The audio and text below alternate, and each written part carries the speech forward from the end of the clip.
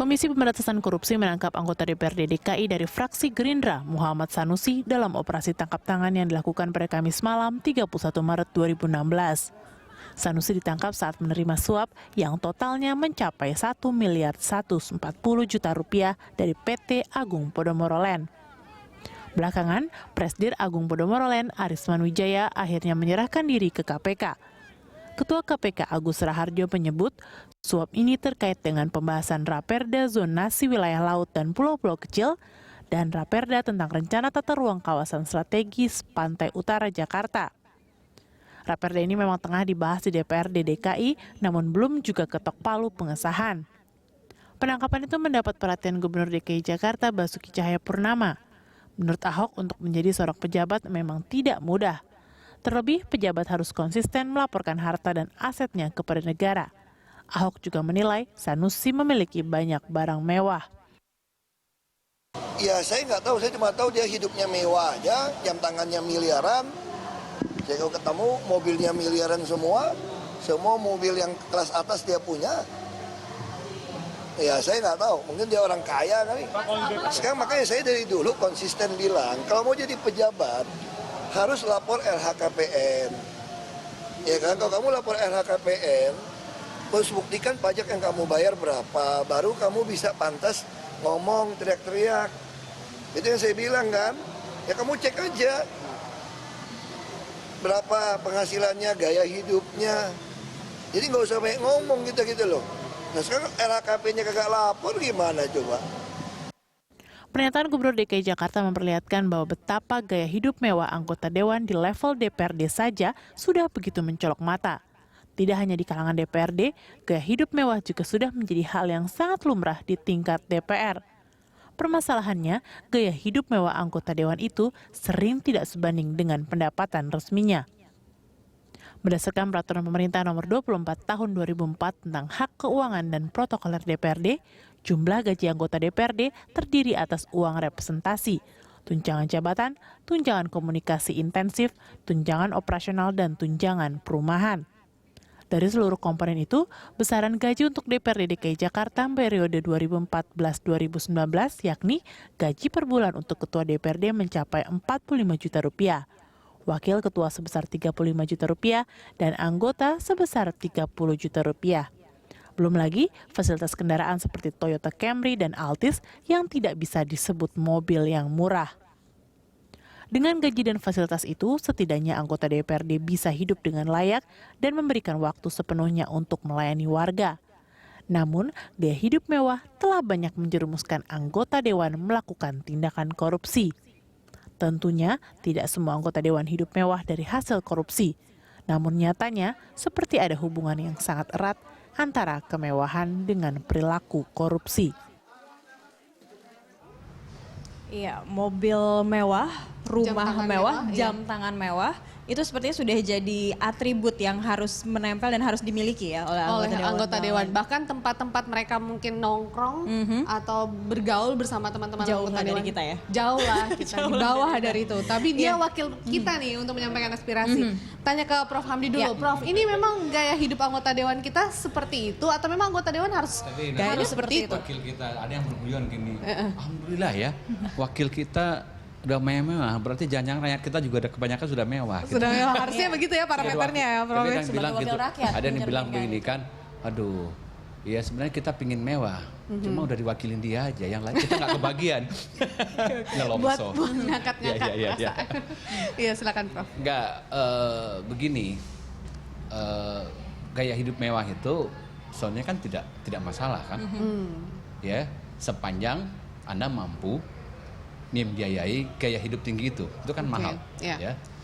Jadi dalam kehidupan bahwa ada tawaran untuk berhidup mewah itu memang harus ada karena banyak orang kaya juga kan, kan tidak semua orang kelas menengah, nah artinya kelas-kelas jet set, ya itu karena uangnya banyak dia ingin mendapat pelayan yang lebih bagus, barang lebih bagus, ya kan, sesuatu yang lebih mahal, nah itu yang kita sebut dengan gaya hidup mewah itu kan, nggak masalah kalau bagi orang-orang yang kaya, jet set, selebritis, orang-orang yang penghasilan tinggi, eksekutif. Masalahnya adalah anggota dewan ini, kan? Kalau dibilang penghasilannya kecil, nggak kecil juga. Gede juga sebenarnya dengan Prof, besar ya. yang disebut tadi, dengan take home pay 50 juta itu, untuk mendukung semua aktivitasnya yang tinggi, misalnya dia harus ketemu banyak konstituen, ya, terus mungkin dia harus menambah ekstra pengeluaran untuk asisten-asistennya supaya ada kajian-kajian yang harus dilakukan. Memang ada juga sih disediakan 2 asisten kan, 2 asisten anggota dewan yang digaji negara. Berarti kan itu sudah ada anggaran yang beda kan, Prof? Artinya maksud saya 50 juta itu memang sudah dirancang. Sudah ada hitung-hitungannya untuk bisa memenuhi untuk kehidupan yang layak. Okay. Nah, ya tentunya tidak hidup mewah. Nah, ini masalahnya adalah ketika dia punya pola hidup mewah, ya kan? Nah, itu diambil dari mana? Nah, itulah masalahnya sekarang.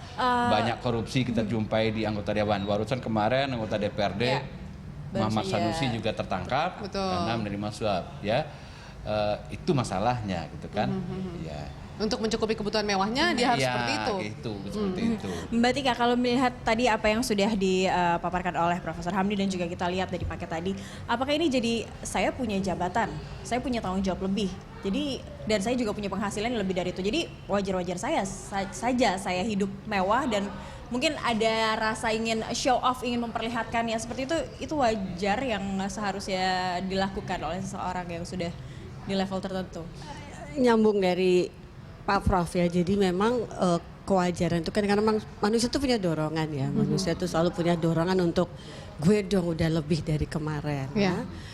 Punya dorongan untuk nunjukin bahwa kalau udah lebih maju secara material sama dengan orang sukses. Nah ini juga di Indonesia kan ukurannya juga material ya kan. Nah kembali ke fungsi sebagai orang DPR yang wakil rakyat. Nah biasanya itu nilai-nilai yang dianut kan bukan nilai nunjukin barang ya, tapi nunjukin kebajikan, nunjukin nilai, nunjukin kepemimpinan. Idealnya seperti itu ya? Nggak ideal sih, wajar aja bahwa DPR ya kan, presiden, kan statesman ya, negarawan. Nah negarawan tuh ukurannya menurut saya bukan barang ya, tapi justru nilai-nilai yang dia miliki harusnya ya. Tapi ini kan masih barang, berarti ya memang harusnya belum layak jadi anggota DPR sih sebenarnya. Cuman kebetulan aja menang gitu ya, terus jadi anggota DPR. Tapi kualitasnya menurut saya belum yang negarawan sih, belum. Artinya gitu. Jadi wajar-wajar aja sih kalau ini kejadian tuh seseorang wajar. ini sebenarnya belum siap mendapatkan hal yang sebesar itu, akhirnya kaget seperti itu, Mbak Tika? Menurut saya iya. Jadi memang teman-teman yang kena situasi seperti ini kasihan sebenarnya karena mentalnya sebenarnya memang belum layak di situ ya. Tapi saya nggak bisa melepaskan dari campur tangan para partai yang menaunginya. Nah ini juga ada tugas. Lo kan gue support nih kemarin ya. Lo ada PR. Sepanjang lo berkarir lo ada PR. Nah PR ini yang kemudian membuat yang bersangkutan juga kebingungan cari sumber gitu ya. Ya akhirnya melenceng kemana-mana, cari sumber untuk ke partai itu loh. Itu juga PR. Tapi bukan berarti mereka yang artinya memamerkan dalam bentuk materi ini bukan anggota DPR yang tidak baik begitu ya. Artinya kan mereka juga sebenarnya aslinya bisa sih orang bekerja. Baik-baik. Mereka sebelum jadi bertanggung jawab juga begitu. Ya orangnya sebelumnya baik-baik. Saat Tetangga menjadi sebelah anggota kita, DPR ya tidak. kan, temen kantor sebelumnya baik-baik kok. Tapi pada saat sudah masuk di sana, kenapa rame-rame menjadi penjahat gitu ya, tanda petik. Kalau menurut saya gara-gara memang sebuah budaya di sana yang ternyata memang menyesatkan gitu. Yang harusnya emang gitu, harusnya nggak gitu. Jadi buat saya sih, ya udahlah suatu hari kita akan punya anggota DPR atau DPRD yang memang tahu bahwa dia adalah negarawan dan dia harus mewakili masyarakat dan justru gaya hidup yang sederhana itulah yang harus dia promosikan ya, bukan gaya hidup yang jor-joran harus. Atau dengan gaya hidup berupa materi itu Mbak Tika, mereka ingin menunjukkan kepada masyarakat bahwa saya berkuasa seperti itu. Yang seharusnya bukan posisi dia untuk berkuasa. Lebih dari lo gitu ya. Atau untuk Prof, memamerkan itu. Ada istilah juga saat masuk ke DPR seperti itu butuh modal yang besar. Nah saat sudah menduduki posisi itu harus balik modal. Jadi beramai-ramai mereka juga memperkaya diri dan akhirnya mempertontonkan kekayaan yang mereka punya ke depan publik, ke depan itu rakyat memang ya. dilema kita dalam politik sekarang. Saya ingin mengatakan begini, ya, dalam psikologi kalau ingin melihat orang melakukan sebuah perilaku itu ada 2 faktor yang dipertimbangkan. Pertama, faktor personalitas orang itu, artinya kepribadian orang itu seperti apa. Terutama dalam konteks kita bicarakan tadi, misalnya nilai-nilai itu yang paling penting. Dia orang-orang itu, ya orang yang seperti apa, ya orang-orang yang dari sononya itu bakal orang baik apa enggak orang baik, atau orang-orang yang punya sistem nilai tertentu. Nah, yang kita bicarakan tadi, yang tadi sudah diulas Mbak Tika, kalau orang sistem nilainya itu lebih mementingkan uang, materi, hedonisme, kesenangan, kekuasaan, itu berkaitan itu, ya. Kalau bahasa anak sekarang petentang-petenteng, ya, kelihatan gaya, ya, semua diukur dengan materi, kelihatan gagah, kelihatan mewah, dia merasa itu yang penting dalam hidupnya. Tapi ada orang yang punya sistem nilai seperti ilmuwan, dia senang dengan ilmu. Bagi dia yang lain itu tidak terlalu penting, ya. Dia ingin cari ilmu, semakin dia pintar itu dia merasa dia lebih bernilai sebagai manusia. Ada orang punya sistem nilai misalnya religius, bagi dia misalnya menjadi orang yang religius lebih penting dalam hidupnya. Nah, ini menjadi pertanyaan, apakah memang dari sononya orang-orang yang tertarik masuk politik itu orang yang sistem nilainya lebih banyak berbasis material tadi, kesenangan, kekuasaan gitu. Memang ada yang mengatakan begitu. Pada hakikatnya orang yang senang mengejar kekuasaan itu orang-orang punya sistem nilai seperti itu.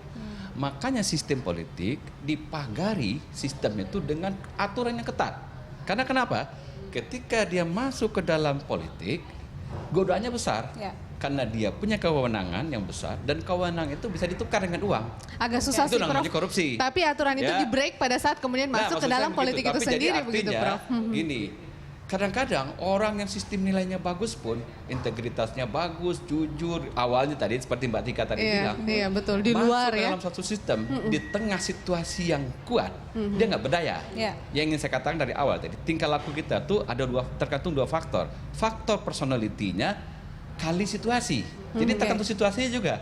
Jadi kalau situasinya menggoda lebih kuat, butuh orang yang imannya personalitinya lebih kuat, Ya, integritasnya lebih kuat, sistem nilainya lebih kuat. Pertanyaannya, apakah orang-orang yang masuk ke DPR itu dari awal sudah disaring oleh partai orang-orang dengan kualitas? Enggak, kata dia kan. Jadi istilah saya tadi itu ibarat botol ketemu tutupnya. Dari awalnya orang-orangnya memang orang bukan kualitas yang baik, masuk di sebuah kultur, di sebuah yang kulturnya korup, bahwa di situ itu, ya, dalam kultur seperti itu yang dinilai adalah kekayaan, ya, semakin kaya makin dihargai. Jadi ada niat dan ada kesempatan di dalam situ. Atau kualitas baik ukuran partai politik juga sebenarnya adalah mereka-mereka itu, Prof. Ya, karena mungkin banyak juga orang protes sekarang kan, banyak juga anggota dewan, ya, 1, 2, 3, 10, 20 kira-kira nggak nyampe 100-an gitu ya. Yang kualitasnya bagus, integritasnya bagus, sistem nilainya ada saja dan dia nggak tergoda. Kayak malaikat di situ. Kayak malaikat di kandang setan. Kalau nggak mau gabung, nggak usah gabung sama mereka sama kita ya. Kalau tidak mau korupsi jangan. Kebanyakan yang begitu. Oke.